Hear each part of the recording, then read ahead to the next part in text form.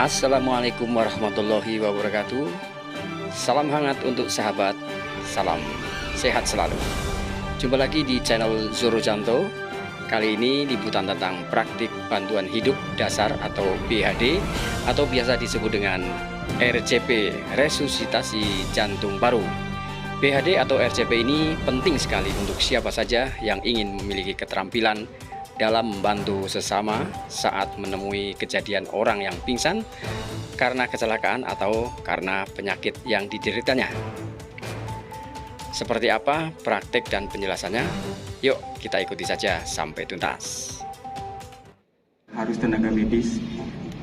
Kalau seumpama untuk tenaga medis ada itu namanya bantuan hidup lanjutan, yang itu nanti ada terapi tambahannya, baik itu terapi obat-obatan, terapi cairan ataupun terapi lainnya.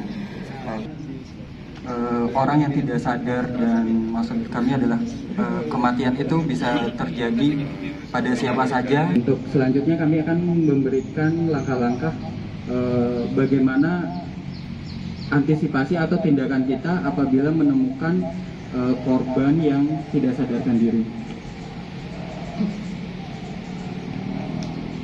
Oke, untuk yang pertama, kalau seumpama kita menemukan korban yang tidak sadarkan diri, baik di tempat, di rumah, di jalan atau bagaimana, yang pertama kita pastikan cek kondisi lingkungan sekitar kita terlebih dahulu. Ya, pastikan diri kita aman, lingkungan sekitar kita aman. Setelah itu baru kita posisikan pasien dalam posisi yang ready untuk diberikan pertolongan dari kita. Setelah langkah yang pertama sudah fix, dirasa sudah aman, yang kedua adalah cek respon. Cek respon dari korban tersebut bisa dengan memanggil namanya atau menepuk bagian tubuh dari korban, bisa pipi ataupun pundak dari korban tersebut. Kalau seumpama mungkin kita aplikasikan dalam kehidupan nyata ya. Kalau seumpama ada rekan kita yang pingsan, pasti kita memanggil-manggil ataupun menepuk-nepuknya terlebih dahulu. Kalau seumpama dia ada respon ataupun dia dalam posisi sadar, berarti orang tersebut tidak ada permasalahan, mungkin karena kecapean atau situasi penyakit yang lain. Tapi kalau seumpama kita sudah memberikan, itu yang poin yang pertama ya, setelah dipastikan korban tidak dalam sadarkan diri atau tidak ada respon, yang kedua yang kita lakukan adalah cari bantuan. Cari bantuan ini bisa memanggil teman yang di sekitar kita atau cari bantuan ke tenaga medis, seperti itu. Untuk Mabes AU sendiri kan di sini sudah ada Yonkes, atau kalau kliniknya Satgas Denma Mabes AU, bisa menghubungi kami lewat extension 9845 atau call sign HT dengan pos piket di Yonkes, itu call sign-nya jalan. Nah, selain nanti dalam posisi memberikan bantuan, kalau seumpama ini kejadian di jalan raya atau di tempat umum, dengan memanggil bantuan itu bisa orang tersebut bisa menjadi saksi dari kita bahwa kita bertujuan untuk menolong korban, bukan bertujuan untuk menambah celaka dari korban tersebut. Yang namanya orang di luar sana kan kita tidak tahu pikiran orang. Kemudian kita cek apakah ada nadi dan juga nafas dari korban tersebut.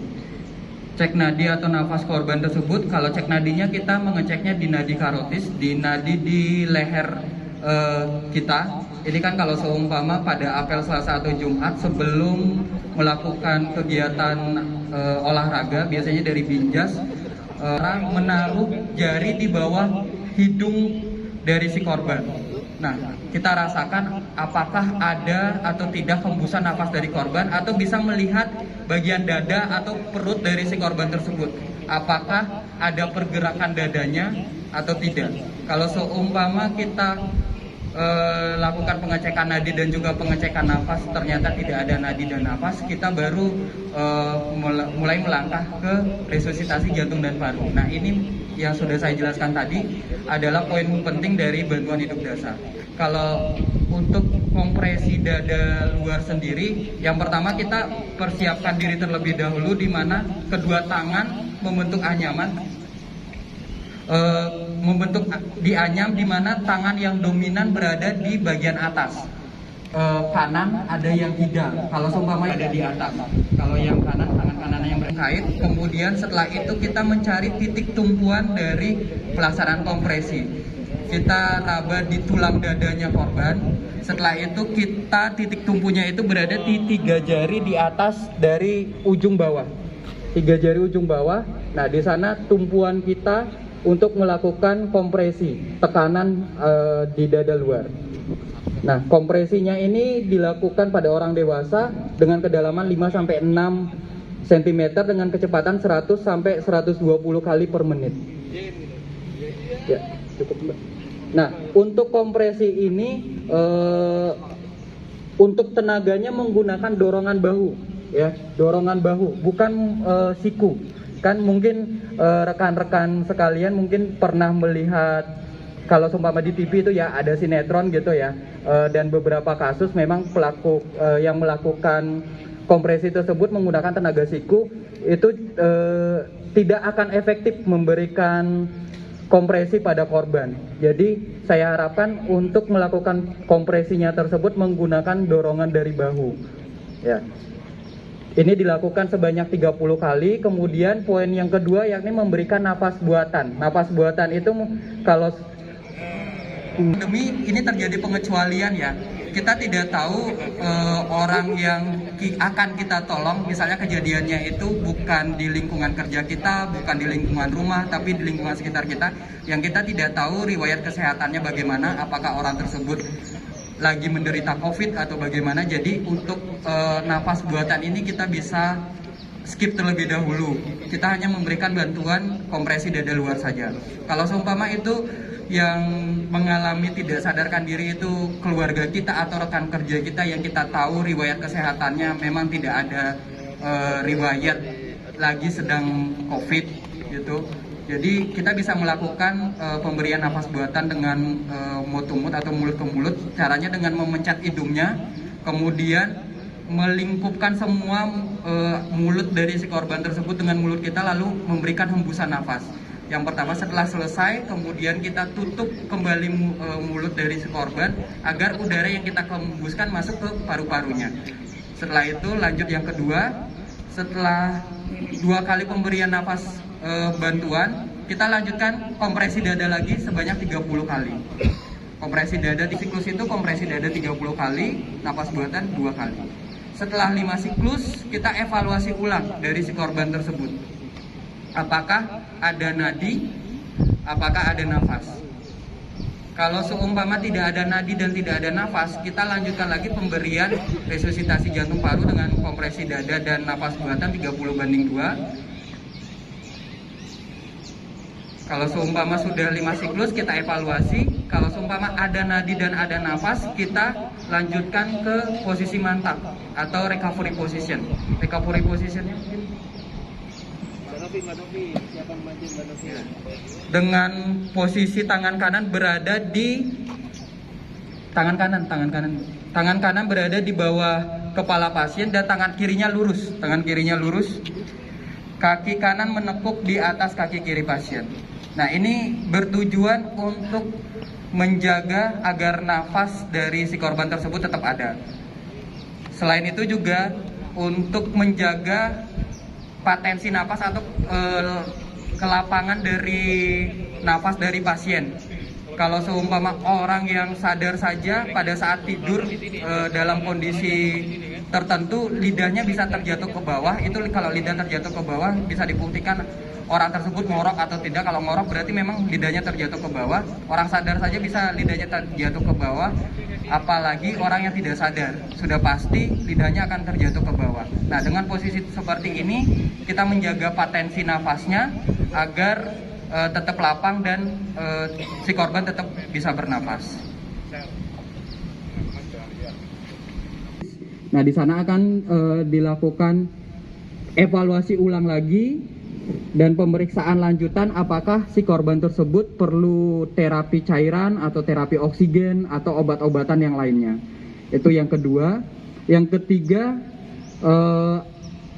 ini secara subjektif banget sih untuk penghentiannya. Yang ketiga itu adalah apabila penolong kelelahan dan tidak ada orang bantuan yang menolong lagi, itu bisa kita hentikan pelaksanaan RJP.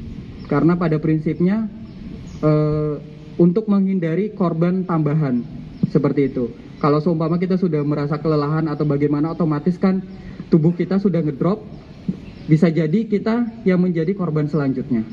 Seperti itu. Demikian dari penjelasan kami tentang BHD dan juga prakteknya. Mungkin ada beberapa mungkin yang mau mencoba untuk merasakan. Ya, tanyanya sini Mas. Maju. Ah, sini. Ya, yang keras. Bertanya, apa pemberian hidup dasar ini tekniknya sama dengan kepada korban yang terpasang tracheostomi tidak? Kalau untuk pemberian korban yang tracheostomi ya, itu kejadiannya di mana terlebih dahulu? Apakah di rumah sakit atau di pre-hospital ya, di luar rumah sakit? Kalau seumpama di luar rumah sakit, tetap bantuan hidup dasar itu polanya tetap seperti ini. Cuman perbedaannya mungkin pada saat pemberian nafas buatannya. Pemberian nafas buatannya itu bisa dilakukan kalau seumpama umumnya itu mutu-mut, ini sekarang bisa langsung ke tracheostominya. Seperti itu. Yop.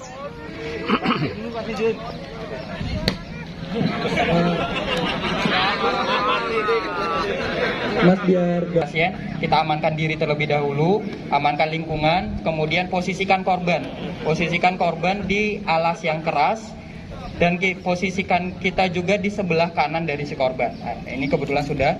Setelah itu, setelah cek kondisi, kita cek respon dengan panggil nama dan juga memberikan tepukan pada korban. Ya. Ketika respon tidak ada, kita cari bantuan, panggil bantuan, cari orang untuk tolong. Lihat, kita tolong, ada yang pingsan. Tolong, ada yang pingsan. Ya. Lihat. Tolong. Ada yang pingsan, Pak. Dan kalau seumpama sudah ada yang panggil bantuan, kita cek nadi dan nafas dari pasien. Itu yang langkah keempat. Ya. Di bawah hidung, bukan di mulut. Ya. Setelah kalau umpama tidak ada nadi dan tidak ada nafas, kita lanjutkan melakukan RJP. Kita posisikan tangan RJP, kita kompresi dada. Nah, setelah kidal atau kanan? Kanan. Kalau kanan, tumpuannya itu di tulang dada. Nanti telapak tangan ini berada pas di dadanya pasien, tulang dadanya korban. Ya, 3 jari di atasnya. Ya, dikaitkan. Kanan atau kidal? Ya, maju lagi. Telapak tangannya ini pas di tengah-tengah. Ya, yang ini pas di tengah-tengah sini. Maju lagi.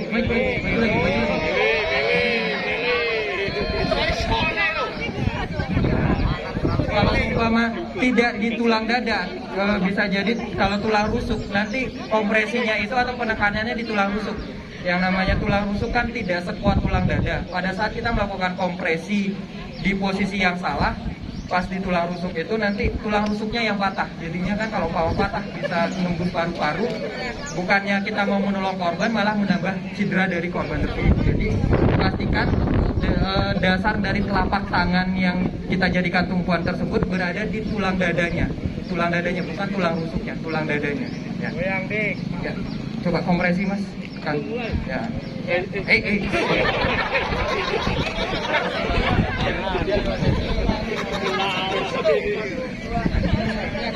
Nyala.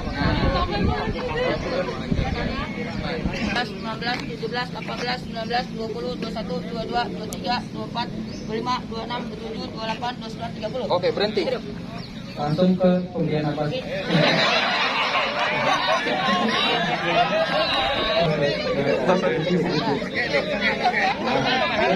ini posisinya itu ini. Lanjut lagi. Posisi tangannya Mas. Ya. Ya, anggap segera 30, lanjut. Nah, ini dilakukan 5 siklus ya Mas ya. Kalau sudah 5 siklus, kita cek nadi dan nafasnya lagi. Ya. Kalau seumpama ada nadi dan nafas, kita lanjutkan ke posisi mantap, recovery position, dimiringkan ke kiri korban. Ya. Setelah melakukan ini, ada yang mau tanyakan? Siap. Capek. Cukup ya, terima kasih. Ada volunteer. Semoga sedikit sharing ilmu dari kami bisa menambah pengetahuan dari Bapak Ibu sekalian. Semoga kita bisa menyelamatkan dan menambah masa hidup dari korban yang mungkin kita temui nanti. Terima kasih. Wassalamualaikum warahmatullahi wabarakatuh. Waalaikumsalam warahmatullahi wabarakatuh. Mantap. Komandos.